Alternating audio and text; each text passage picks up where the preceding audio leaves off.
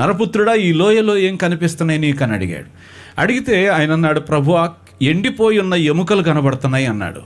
కేవలం అవి ఎండిపోయి ఉన్నాయట. అంటే వాటిలో కొంచెమైనా కానీ పైన కొంచెం చర్మం కానీ అంత మాంసం కానీ ఏమీ కనపడటం లేదు.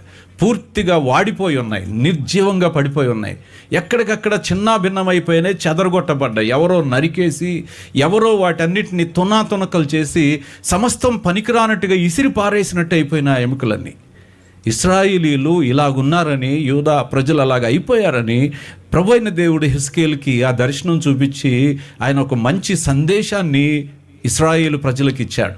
ఉదయకాలం అర్థం చేసుకోండి, పాపం మనిషిని చంపేస్తుంది, లోకం మనిషిని చంపేస్తుంది, సాతాను మనిషిని చంపేస్తాడు. చంపేసి నరికి ముక్కలుగా చేసి మన జీవితాన్ని చిన్నాభిన్నం చేసి పారేసి ఎండిపోయేటువంటి స్థితికి తీసుకొచ్చి విడిచిపెడతాడు. కనుక మనం ఎంత తొందరగా జీవాధిపతి అయిన దేవుని దగ్గర ఉంటామో మనకంత దీవెన అయి ఉంటుంది. హల్లెలూయా, హల్లెలూయా.